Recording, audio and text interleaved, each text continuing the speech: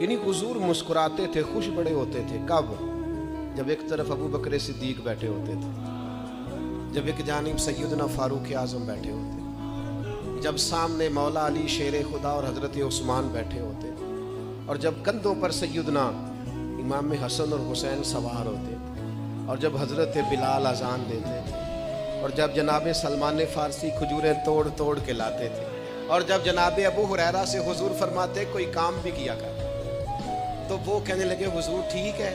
پر میں یہیں بیٹھا رہتا ہے، کوئی کام بھی کر، تو وہ باہر نکلے اور ستون کی اوٹ سے پھر آ گئے کہ حضور میں ہو آیا ہوں، میرا کوئی نہیں دل لگتا کسی جگہ۔ پتہ نہیں کیا منظر ہوگا، پتہ نہیں کیا رنگ ہوگا، مجھے لگتا ہے فرشتے بھی آسمان کے دروازے کھول کھول کے نیچے جھانک کے دیکھتے ہوں گے۔ جب حسن تھا ان کا جلوہ نما، دیدار کا عالم کیا ہوگا، اور بن دیکھے فدا ہے ہر کوئی، تو بتاؤ نا دیدار